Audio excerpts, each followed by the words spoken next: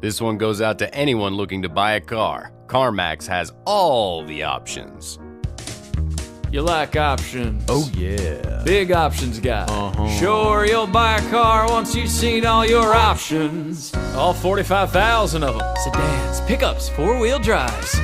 They're all options when you're an options guy. CarMax even has options for how you shop, at home, online, or on the lot.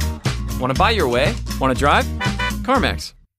Americans told Washington what they want: lower costs. Yet Brandon Carr's FCC is considering a merger between TV station giants Nexstar and Tegna. If approved, millions of Americans will pay even more to watch TV. They'll pay more to watch the news, entertain their kids, or cheer on their favorite team.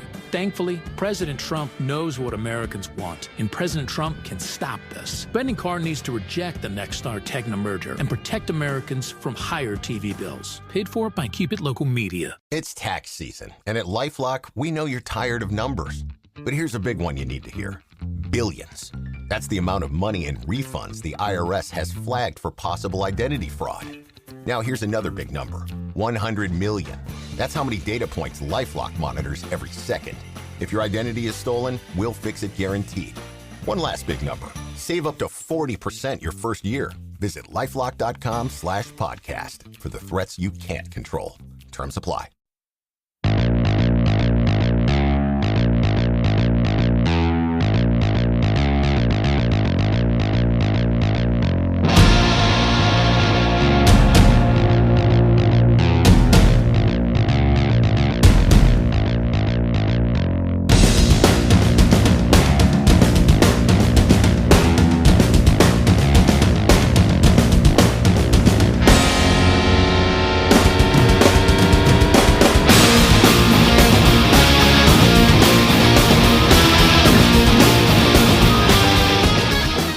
What's up? What's shaking, everybody? It is Jay Scott. This is The Hook Rocks, the ultimate rock community podcast. Hope everyone's staying warm here in the late fall days. It's winter is upon us. The holidays are upon us. This is actually going to be the last rock discussion that we do for the year. During the holidays, we'll be doing the 12 days of Christmas, where we touch on different topics for 12 days outside of the current music discussions that we're doing about the current state of rock music. Today's guest writes for the Birmingham News, along with Rolling Stone, Billboard, LA Weekly, and Paste. His name is Matt Wake. How you doing today, Matt? I'm good, Jay. Thanks for having me. I appreciate you doing this. Thank you very much. I've been a fan of you for at least a year, a little over a year. I first discovered you in October of last year with an article that you wrote about other bands to know besides Greta Van Fleet. And at the time, I've been listening to Greta for a while prior to that. I've been to a couple of their shows, or one of their shows, and went to a couple of shows shortly thereafter. But I went to, I went down your list of who you were suggesting, and outside of the Struts, I had not heard of any of them. So I started to listen to Joyous Wolf. I started to listen to Dirty Honey, Tyler Bryant, Dorothy, Bishop Gunn.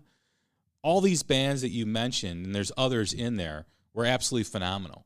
And I thank you for that, because it really was a gateway to me appreciating what's out there new and what these bands are doing and what other bands are doing as well, besides Greta Van Fleet. So my first question, man. Yeah. So my first question to you is, how do you go about discovering these bands and writing about them and knowing about them? One way is, if one of my friends that either works in the music business or a fellow journalist, I'll sometimes learn about new bands that way. Or sometimes, you'll see a band that's opening up for another band that you like that you haven't heard of the support act, so you check them out. And sometimes it's your thing, and sometimes it's not. Maybe a more mainstream way of doing it would be like on the Spotify. Fans also like clicking on that tab, and Jay, sometimes it's stuff I'm into, and sometimes I've picked up a couple of new things. And I guess the cool thing I'm starting to see with all these younger rock bands come up is to me, the songwriting and the production's getting a little better.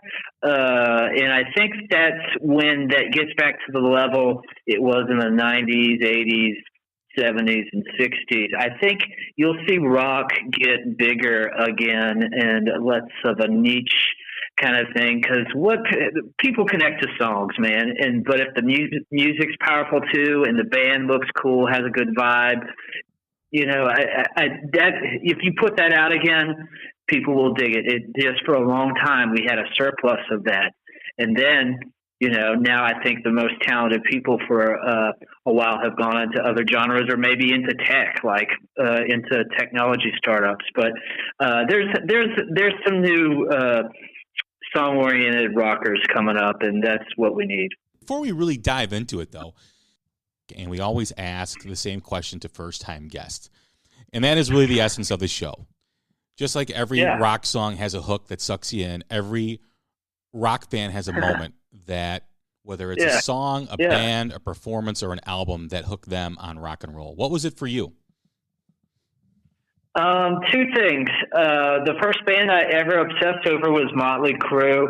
I didn't have an older sibling, so my gateway to rock music was what was on MTV and what was on the radio at the time. And I thought Nikki Sixx wrote really stylish lyrics back then. I thought, the guitar riffs were cool. I thought Vince had the perfect voice for that music. But the band that made me love rock and roll was I was one of those kids who saw when MTV finally aired the Welcome to the Jungle video at like 4 a.m. or whatever it was. And it just had more oomph, more real hair and fang to it, and I was curious because they were opening for Motley at the time, and so I bought the tape, and it was, I'd play it for people, my friends, and they liked Welcome to the Jungle, but a lot of other things, like It's So Easy, they're like, is that a different singer? I was like, no, it's the same guy. So Guns N' Roses, man. How about you? Mine was, my introduction to music was from my grandfather, who was a piano player back in the days of the speakeasies. Oh. He had a baby grand in his basement. So my first, connection to music was with the piano, but my first connection to rock was when my brother brought home Journey Escape and put the needle down on the record, and I heard the piano for Don't Stop Believin', and I immediately made that connection with what I had heard before. Cool. And then I heard Steve Perry singing, heard Neil Schon come in with the, with the guitar, and I was like, wow, this is great. And the album really resonated with me too. After that, it was Van Halen with, the U.S. festival, or hearing Running with the Devil for the first time and Eruption for the first time. But yeah, that whole era of music, through the Motley Crue, through the Guns N' Roses, all that. Kiss was a big impact when I was younger. The first album I ever bought with my own money was Kiss Lick It Up. Nice. Most people don't remember, though, that Welcome to the Jungle world premiere on Headbangers Ball, because I saw it too, it was dead on arrival when it first came out. They had to re-release that like 7-8 months later. And when they re-released it, that's when it really broke. But when it first came out, there was only a handful of fans. I shouldn't say a handful, but a small percentage of fans that really it resonated with, it connected with. Because after that, you didn't hear it at all on radio or on MTV. And it wasn't until months later when they said, you know what, let's re-release this. Maybe it's a better time for it. And then that's when they broke and got huge. It's so weird because it did take Guns a long time to break, Jay. And today, whether it's music or movies or books or whatever, it's all about the first week of sales, because that's why people are so big about pre-order, pre-buy, because they want to drive up that first week's sales, because they fall off exponentially after that. And for a band that got as big as GNR got, and they still are, it's just amazing. Even though there was hype for them before Appetite came up, like it took, like you're saying, a while to catch on. It's hard to imagine that happening now, but I think maybe we are seeing that with, you know, some of these rock bands who are young and kind of slogging it out and working their way up, man. I agree. I think there's, I think it's just under the surface right now, because there's so many great new artists and bands that are coming up, and they're making really great music. But you mentioned something in your story about your gateway to rock music, and that was MTV radio. And when when that whole scene was going on, there was an infrastructure, there was an outlet for new rock music, right? You know, MTV would put the video out, and instead of radio really leading, radio, especially in the rock genre, kind of followed MTV. You know, because they had the request show, and it was all hard rock songs, probably 80% of the time. You know, they had Headbangers Ball. They had the show at 3:00 or 3:30 on weekday afternoon. It was like the Hard 60 or something like that. All these songs were in rotation on MTV. Radio started to pick up on the Def Leppards, the Bon Jovis, the Motley Crues, the Rats, and so on. And it was, I don't want to say a simple process, but it was a lot easier for a new rock band coming up, like a Guns N' Roses or like a Warrant, that could find an outlet for their music. Unfortunately, there's a lot of outlets for you to hear new rock music, but there's no definitive infrastructure where it's the place to go to hear new rock on a weekly basis, what's coming out, what's new.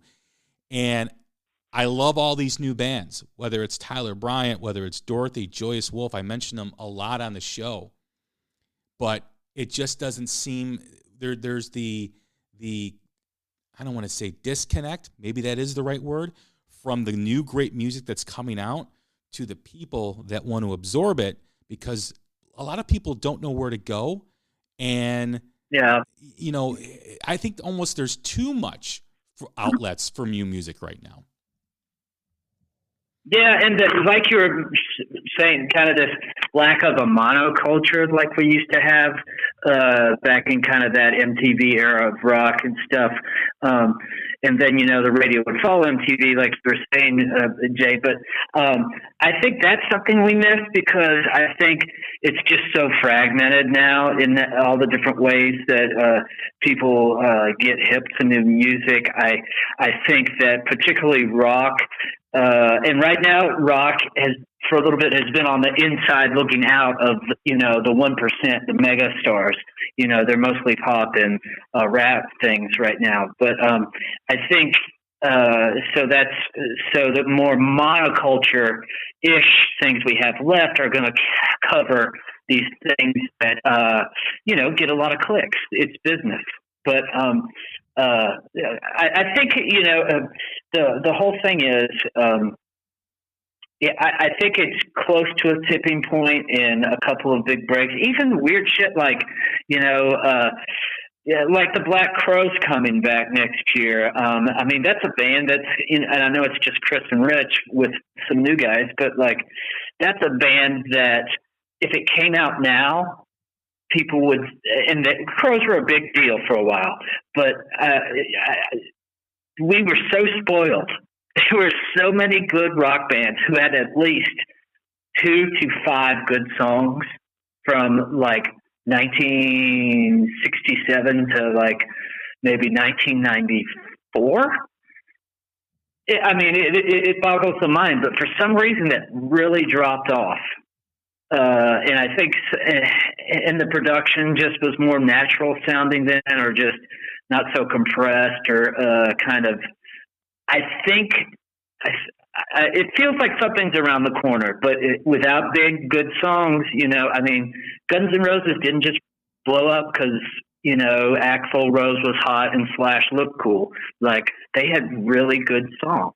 And I think that's the misconception of bands from the 80s, right? I think a lot of people go with the fact that they look good, and that's why people listen to them. And I always say, it doesn't matter what you look like, because there were a lot of bands that looked good in that era that didn't do anything because they didn't have the good songs. There were some that had good songs, and the record label they were on didn't know how to promote them, and of course that always happens. That happens in every genre. But the big dogs that were around during that decade, and a little bit after, and a little bit before, they became popular because they had songs that connected with people. Now, you could not like those songs, you could not be a fan of that music or that band, but you still can't say, oh, they were horrible. Maybe you don't like them. I mean, like for instance, Bon Jovi gets a lot of pushback, right? All of a sudden, there's all these people that don't like Bon Jovi, right? But in the 80s and in the early 90s, you couldn't find anyone that didn't like Bon Jovi, except for maybe a small handful of people. And now it became kind of popular for you not to like them or find them not cool. The bottom line is, they wrote some of the best songs from that era. And the reason why they're still huge to this day, probably the biggest band from that era of music, is because of their songs. Oh, yeah. They had songs that will fill stadiums. And it's funny because I remember, even the hardcore metalheads at my high school, like Bon Jovi, even right after Slippery When Wet came out. But then when it just blew up, and people just have that tendency, once it's when it's your thing, but when it's also maybe a thing, a group of people you don't really vibe with or embracing, you kind of, like you're saying, pushback or backlash or whatever. I mean, we've seen so many bands go through that. But yeah, man, Bon Jovi has great songs. Yeah, and I just don't understand why all of a sudden it's cool to not like Bon Jovi. But moving on to the topic that we want to discuss, which is new rock music. Your list last February really had some great artists and bands that I have not stopped listening to since I read that article. I've had Nick Reese on from Joyous Wolf on our New Music Spotlight. I've had Mark LaBelle from Dirty Honey on our New Music Spotlight. It's just been incredible, the new music that's been coming out over the last year to year and a half. Like you said, I think it's just under the surface. I think it's right around the corner. I've seen some of these bands live. I've seen Dorothy. I've seen the Struts. I've seen Tyler Bryant. All phenomenal acts. All just on top of their game and ready to explode. And the thing that I always look at whenever I'm seeing one of these bands live is, and I hate when I do it, I say, if this music was around 20 years ago, they'd be huge. They'd be gigantic. Yeah. And I catch myself doing that, and I hate that I do it, but it's kind of that unfortunate truth. Yeah, and then timing is a son of a gun. That's in art, in business, in life. It's a big deal. I think that, and as they're winning people over live, I think a big part of that is you see what people connect with, and I think that'll help the songwriting a little bit. Like the Struts for me. I've really liked a couple of their songs, and I really want to see them live because they're really good, right? That's what I hear. They're phenomenal. Okay. What I don't like that they're doing, and I don't know if it's whoever makes the decisions in the band or if it's the band's management, but doing a redo of their song with Kesha, it seems like they have some really, where they've overtly tried to wedge themselves into pop music, and just rock the hell out, man. You got a singer who's like Freddie Mercury. Everybody says how good your band is live. Play some kick-ass rock and roll, man. Don't worry about, and write good songs, but don't worry about trying to gimmick your way into, the pop stuff. That would be my only, because I think they have as much talent as anybody, because that singer is obviously amazing. And like you were saying, everything I hear is how good they are live. So it's got to be tempting, man. I mean, it's got to be tempting when you see this could be a shorter path to, having a nice house, I understand why they did it, because I think a lot of acts, and especially the people that are, that surround them, their management, their publicists, they're grasping at straws. They're trying to make some headway with an audience. And, they did that song with Kesha. They did the Victoria's Secret show where they played while the models are strutting down the runway, which isn't, I guess there are better, or I guess there's worse options than that. But I think that, I saw them live in Madison in about a 300 to 400 people club, and they were electrifying. They were fantastic. I mean, if there's one thing about Luke Spiller, who's the singer for the Struts, is he has the crowd in the palm of his hand from the moment they play the first note till they walk off stage.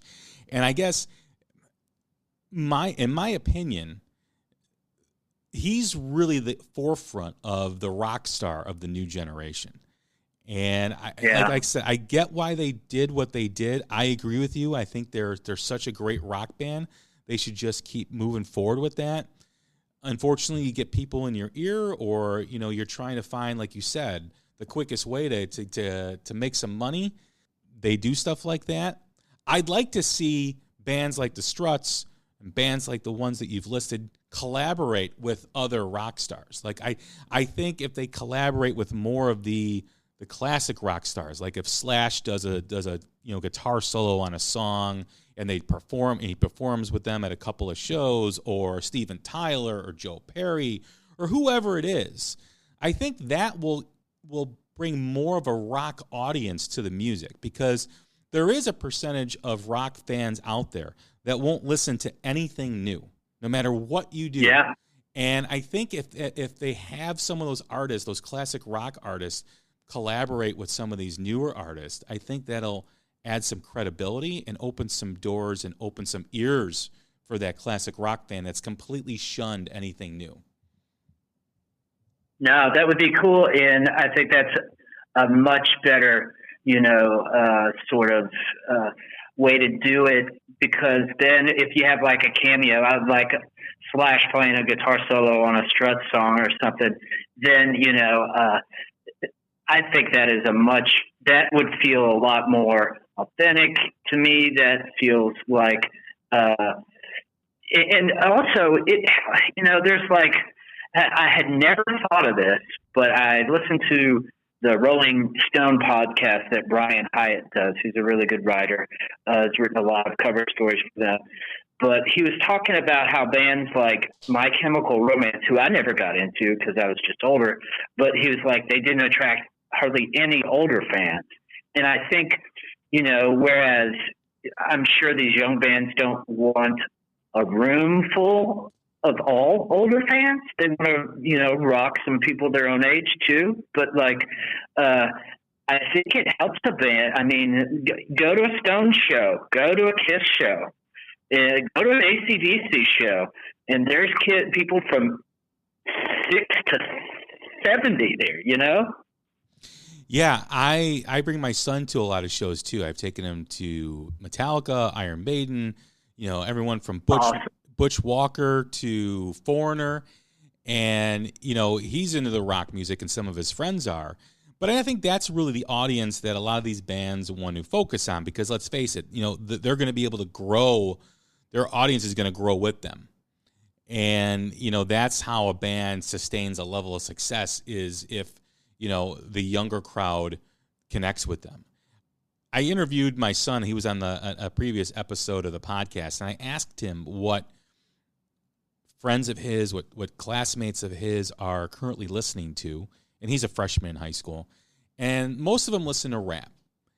And I connect that with when we were growing up in that era of rock music. There was a sense of danger with what we were listening to. Our parents didn't want us to listen to it. They thought it was like the devil. When you think about Ozzy Osbourne, when you think about the Shout at the Devil album, you think about the Iron Maiden covers, Judas Priest. So there was some element of, my parents don't want me to listen to this. I want to listen to it more. And I think that's now with rap music. I think, when the parents say, oh, turn that off, it just tells the kid to listen to it more. And I think right now with rock music, there's not that rock star or outlaw. I think there are some that can develop into it. You know, I think there are some who are just releasing new music can develop that persona. But I've often said to friends in private conversations that if they have a publicist, if a rock band has a publicist who's telling them what to say, you have the wrong publicist. You need a publicist that says, okay, you said that, now we have to deal with it. They have to be themselves.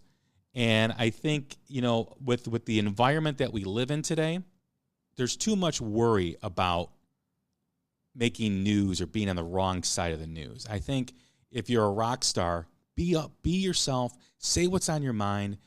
If you have protesters at your show, yeah, it may suck, but in the long run, it's a good thing for you in your career. You know what I mean?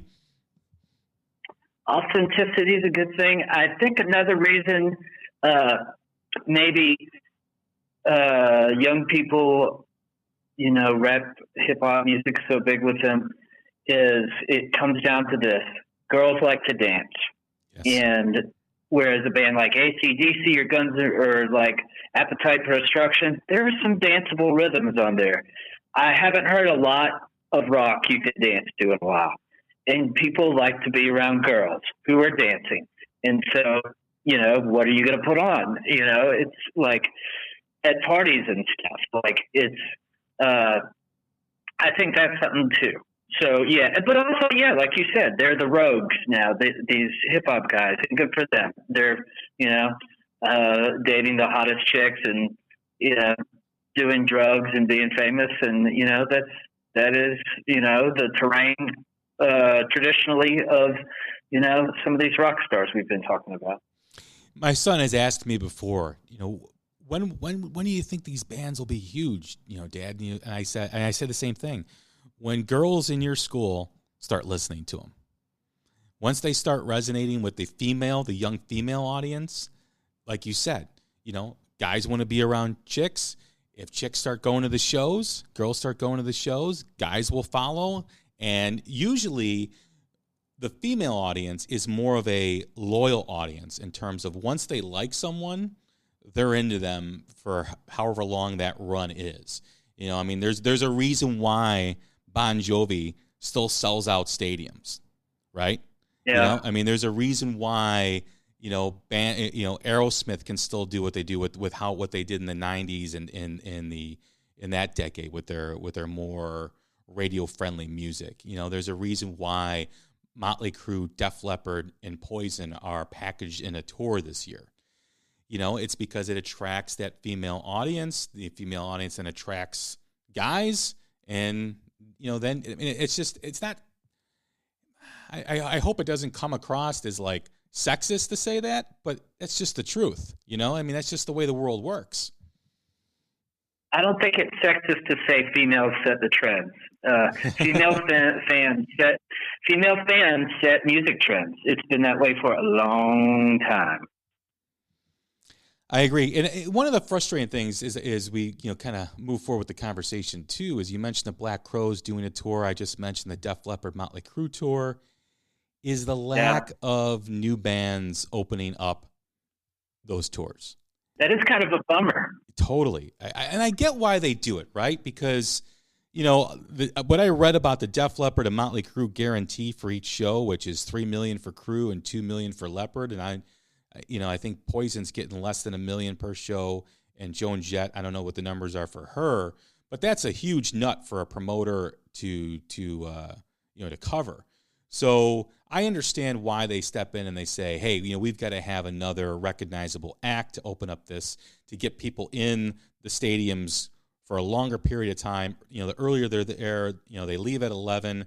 If they get them in there by 4 o'clock, that's, you know, 7 hours of alcohol sales, 7 hours of merch sales, that's parking, that's all the stuff they need to do that. And I get it.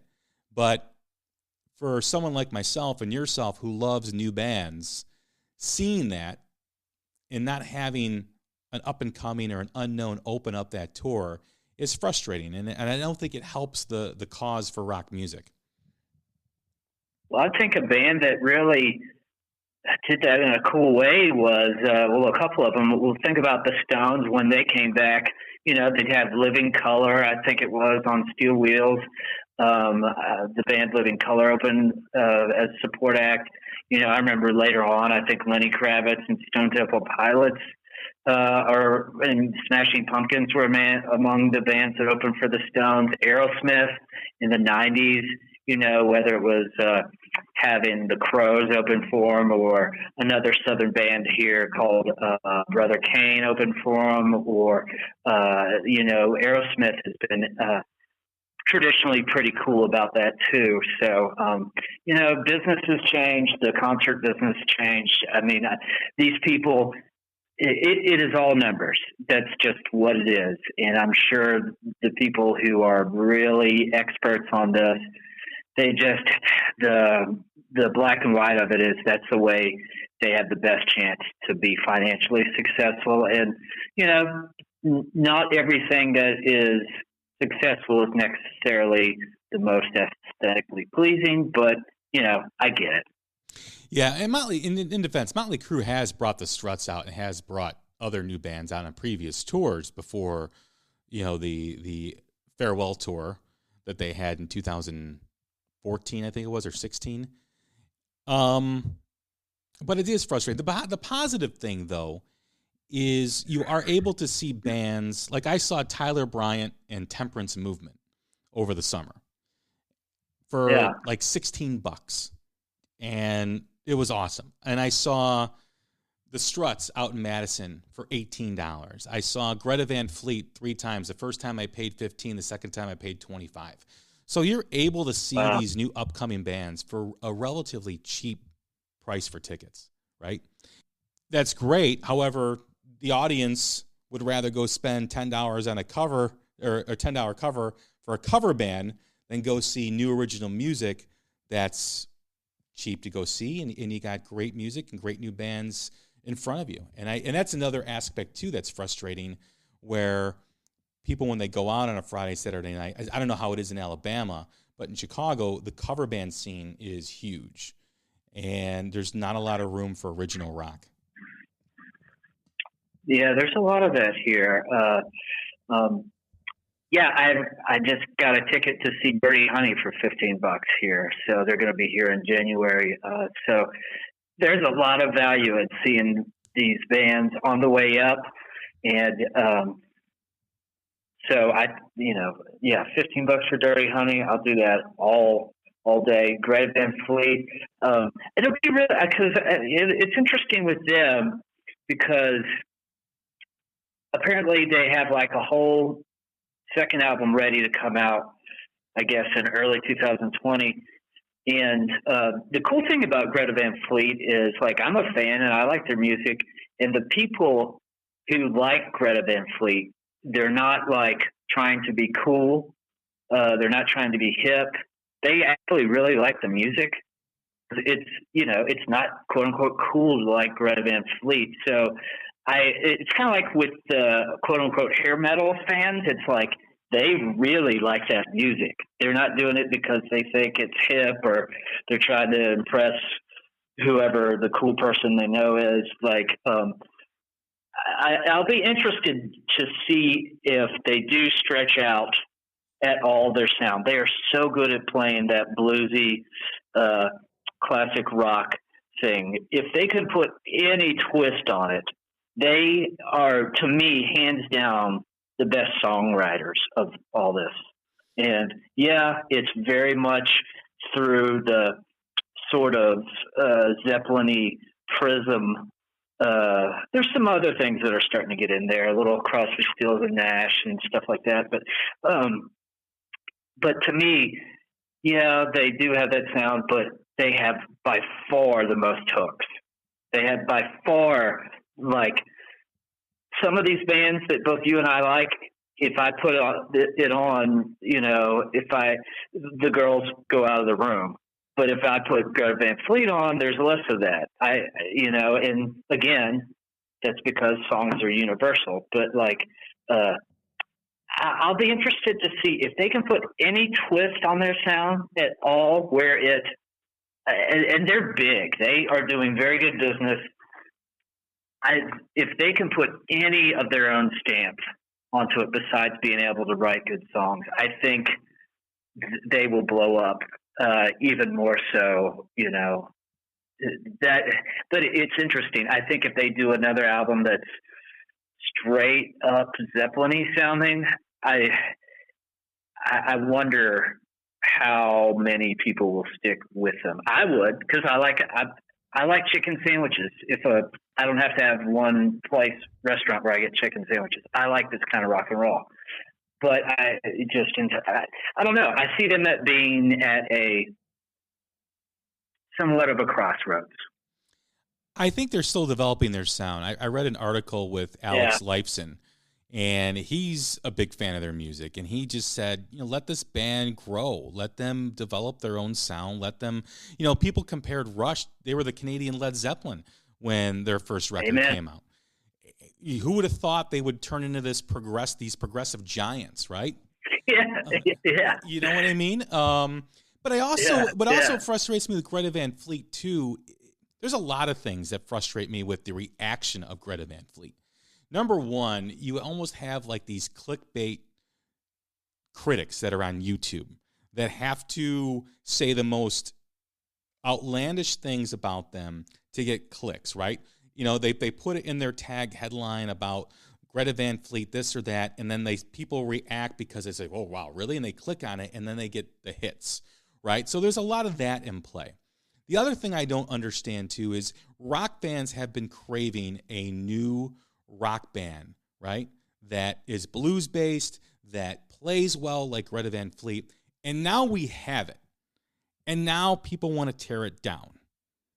Whether you like them or not, okay, you need to root for them, because if they can punch a hole through, the what controls music right now, if they can get, and right now, like you said, they're doing very good business. If they can continue that means the bands that we've talked about earlier in the podcast, it benefits them.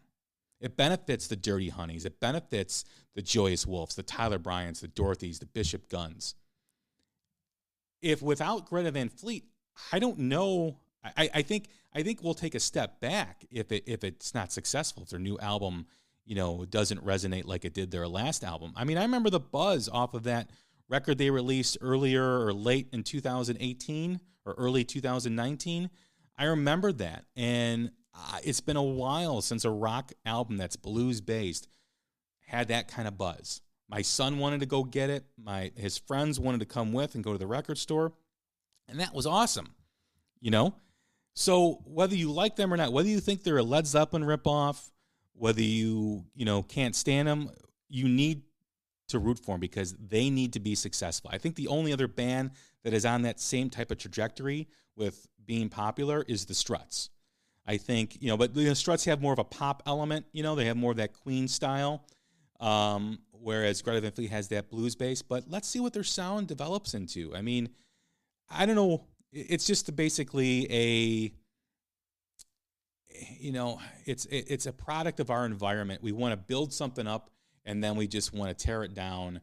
And people go online, they make their comments, they try to compete with making the most ridiculous, insane comments. And then pretty soon it catches on and it becomes part of the narrative, and it just sucks. Yeah. And, and some, like the outlet that's kind of most famous for trashing Greta Van Fleet is Pitchfork. And, they'll give a good review to someone who sounds just like Michael Jackson, or who sounds just like Waylon Jennings, or who sounds just like, or a whole lot like Elton John. And they'll also, write big pieces on Ariana Grande album, consider the source. And, and I think, I've said this before in interviews, Jay, but also I think a lot of people are straight up jealous. These are young kids who are making more than musicians and people who write about music make, and will ever make. So I think that is something that works against them. And another thing, if they dressed like Radiohead or the Black Keys or Wilco, I think there would be less. But, people, And I think maybe if they're, how should I say this? If they were comprised of maybe a different sort of group of people, I think, it's just, Greta Van Fleet is good, but they're not the kind of thing that a certain kind of outlet is going to push. Possibly. Yeah. I mean, they don't look like hip. They don't look like they're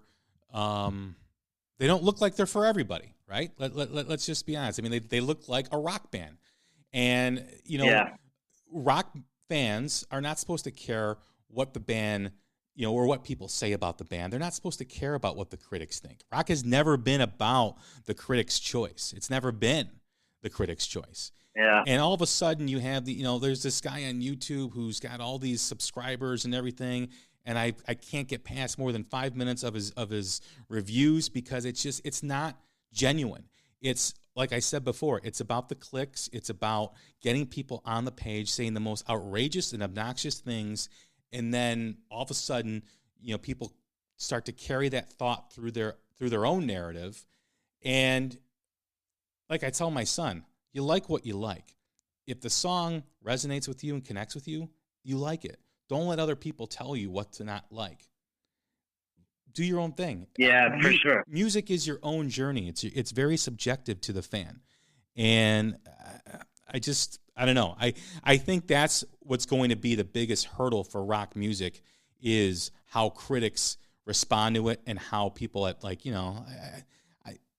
Pitchfork or Enemy or whatever, let's face it, they have no interest in helping rock music be great again. They don't. So, it's got to find its own way. I think, we talked about, it's coming, but we're not going to get any help from, mainstream music outlets. No, I think what might be interesting, though, and this really kind of, have you heard the new Ozzy Osbourne tracks that have come out? With on his own or with Post Malone? With they're solo, they're Ozzy, but they're with Post Malone's producer, I guess, is producing it. Yes, and when I heard his producer was producing Ozzy's solo, and I was like, Jesus Christ, this is going to be terrible. But the first single sounded like classic solo Ozzy. It had that gothic kind of vibe. The second one was Slash playing the lead guitar on it. I thought the lyrics were a little undercooked, but I think if you had some pop producers working to help some of these rock bands craft their music, not make pop albums, but make rock albums, I think that could be really interesting. But, they'd have to be a fan of the band because the money probably wouldn't be as good. But, I just think it just comes down to songs, Jay. And, like even the 80s, like you're talking about, people love to bag on the 80s, although there's coming less of that. But about, 4 years ago or so, 3 years ago, I was writing a story about the best one-hit wonder hair metal bands. And they're hard to find because almost all of them, at a certain level, Jay, had two hits. They had the rocker and the power ballad. So then think of how many genres there are where there's a band that only has one hit, And I just think even the bands that people, like say the Bullet Boys, are a band that, people don't have the cred that Van Halen or Guns N' Roses do, and they weren't as good of a band. But they have like a few songs that are badass, and I about ripped the volume knob off because they sound great. And they recorded with Van Halen's producer Ted Templeman. But it just comes back, and a lot of these songs, a lot of these young rock bands, and they're probably, I would think, the worst mistake they could make is to try to do something unnatural. The best move they could make is go, Motley Crue, they're playing stadiums 28 years after, or 29 years after Too Fast for Love came out. I wonder why, because they have hooks, a lot of them. Def Leppard, why are they playing stadiums? The Stones, why do they still fill stadiums? Kiss, why do people still give a flip? It's because they have a lot of songs, man, and I guess producers probably helped shape a lot of this stuff too, Jay. Back then, and I don't know how active producers are in songwriting or A&R guys. Some of these bands are independent, so they don't have an A&R guy breathing down their neck going, hey, I don't hear a single, and sometimes that's produced a really good song when the A&R guy says, hey, this isn't good enough yet. We need more songs. So, but we're getting close, man, which is a hell of a lot better than we've been in a couple of years, I think. Yeah, I agree.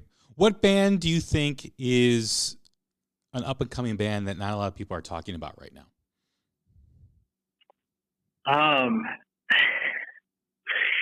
There's a couple. I really like this band from Birmingham, Alabama called Hollywood Horses.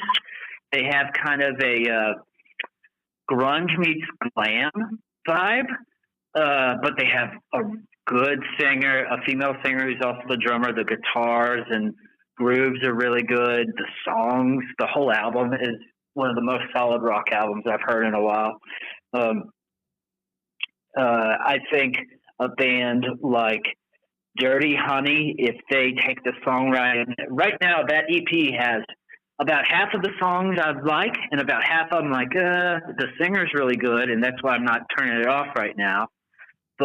And it's probably better live, but they need an album where all 8 songs are good.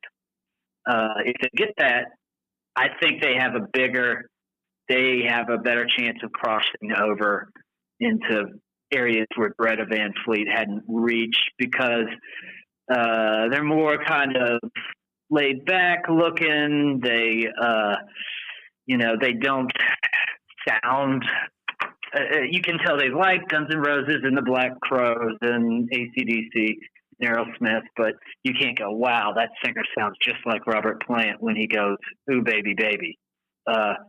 And, there's not a lot of people who can sound like Robert Plant. I'm not dissing that. But another one, there's a band called Sheer Mag from Philadelphia. They look like punk rock, but you can tell they love classic rock. The guitar player plays some really melodic leads. The female singer has a kind of a metallic classic metal edge to her vocals. And this recent album was the first one where it was kind of mixed better, where the vocals weren't distorted kind of, or higher up in the mix where they need to be. And I think they have the potential to get to more of a relatively household name. Tyler Bryant, I mean, all the road work he's done opening for GNR and AC/DC, but there's a certain kind of this post-Black Keys kind of scuzzy sounding bass thing that some of these rock bands fall into, and I'm like, oh God, this sounds like the Black Keys, or a commercial that's trying to sound like the Black Keys, and was fine the first 50 times of it, but Tyler Bryant is a very good singer, very good guitar player, very good live performer. If he got the right songs, or got a co-writer, I think, to co-write a little more. I guess those are a few that come to mind for me. Classless Act. I was going to ask you about them. I was going to ask you about that band on the show at the end here, because you wrote about them in that article, and they haven't put anything out. No. They just recorded, I think, half of their, I guess they're doing a whole album. They just recorded 6 songs with Bob Rock, who people know from the Black Album and That's Dr. huge. Feel Good. So, at Tommy Lee's studio, Atrium Studios. So their singer, they had a really good front man. Their guitar players are, kind of GNR-y. In Slash's son is a damn solid hard rock drummer, and I think they have some potential. I think the challenge for them would be, having a good answer for when they ask about Guns N' Roses. So, yeah, hell yeah, we like Guns N' Roses, but we also like these bands. We also like Queen, or we also like whatever. But I think they have a huge upside because of the original songs I've heard from them. The singer is very good. They're anthemic. And if they're working with Bob Rock, they're going to sound big. And they're going to have a lot of big hooks, too, as well. And Bob Rock's known for that. Because I remember, that's one of the things I have down here in my notes is like, what's going on with Classless Act? Because I read the article in October of last year, and like I said, I haven't seen anything from them. I'm like, what's going on with this band? I hope they didn't break up. But no, it's good to hear that they're going to be probably doing something in 2020. There's also a couple other bands, too, that bring back that 80s type of feel music in more of a modern way. And I've had them both here on the New Music Spotlight. One of the bands is Kodiak, which is being really driven by Carmine Appice. Oh, cool. You also have a band called Station that's out of New York that so you do have that style of music coming back too as well. It's not essentially blues-based stuff, but it's got the hooks. The songs are well arranged. They have a great presentation. Two great bands to watch out for in 2020 are Station and Kodiak. I'll need to check out Kodiak, but Station, they have some big hooks, man, and some guitar stuff that, definitely catches you, for sure. Yes, check them out. Both great bands. Bon Jovi-esque, Journey-esque type of hooks with Station. You hear a lot of Van Halen and Kodiak with their songs. They've got Kodiak and Station, phenomenal guitar players. Oh, man, I appreciate the recommendation. That sounds exciting. I'll definitely check out Kodiak. Well, So, Jay. Yeah. What else you got? I was just going to mention one other band, too. Another band which is out of Georgia. Band that was called Tuck Smith and the Lonely Hearts. Tuck Smith used to be the frontman for a band called Biters, which is another great band. They broke up, but they're about ready to release a new album as well, their debut album. And the stuff that I've seen on YouTube sounds really cool. It's got kind of like the Biters. It's got kind of like a Thin Lizzy, Cheap Trick vibe to it. That's a good place. Yes. So, yeah, I mean, there's a lot of exciting things coming up 2020. There's the new album. Dorothy's working on a new album. Tyler Bryant, I think, will have some new material. And I've seen Tyler Bryant twice live. Absolutely phenomenal. Nick Reese mentioned that they're going to start recording a new album after the first of the year. Dirty Honey, I know when they get done with this tour with the Amazons, they might do some festivals and then start going to record towards the end of next year. I know Bishop Gunn's got a new album coming out. They're working on something new. Band that I absolutely love. That singer for Bishop Gunn is absolutely phenomenal. But there's a lot of stuff to be excited about in 2020. Yeah, he's talented. And I think Bishop Gunn, Jay, they've got to open for the Stones, as a couple of these other acts we've talked about have, I think, too. But I think Bishop Gunn, an advantage they might have, man, is I can see them having a song that lands on country radio. Whereas I can't, in country radio, in country music, it's still a very big commercial force. Yes. Now, would I say Bishop Gunn is a country band? No, I would say they're a Southern rock band. But that, you're talking about an in. That could be an in that would really help them explode and put them in bigger venues. But yeah, they're no doubt talented. They are writing some good songs, and Bishop Gunn, yeah, watch out for them too, definitely. Yeah, can't wait for their stuff. As far as new stuff, I guess this is a classic band, but I think and reunion things have a way of energizing rock. Like when the Stones came back, I mean, it was energizing. When Jimmy Page and Robert Plant teamed up again, it was energizing to people who really liked the new rock. Aerosmith, of course. I think, to me, there's been noise, chatter about a new Guns N' Roses album with Axl, Slash, and Duff on it. And, some of the leaks that have come out, I guess, of some of Axl's stuff that didn't end up on Chinese Democracy, a couple of them sound really damn good, better than anything on Chinese to my ears. But if Guns N' Roses, with the big, quote-unquote, big three, could put out a new album in 2020, and if they do it, they're just going to drop it. I guarantee I would doubt they'd do some big, we're going to release an album in 3 months deal. I would guess they'd just drop it as a surprise, or they'd put some ticker on their website that goes off in 24 hours with the, hey, this is the new album. But if GNR puts out a new album, and I know Axl can still, write melodies and lyrics, and I know Slash can still write guitar parts, and so can Duff.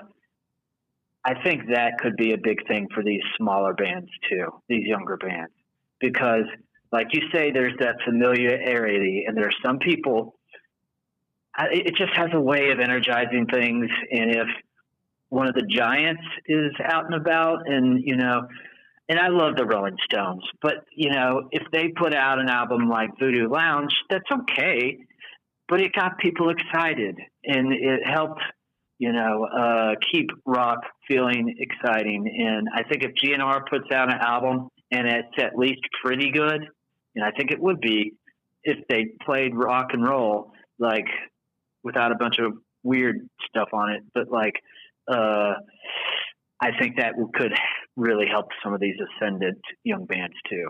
They also bring out new supporting acts as well. I mean, Tyler Bryant's opened up for them. Greta Van Fleet's opened up for them. Bishop Gunn, I know, did a show or two with them.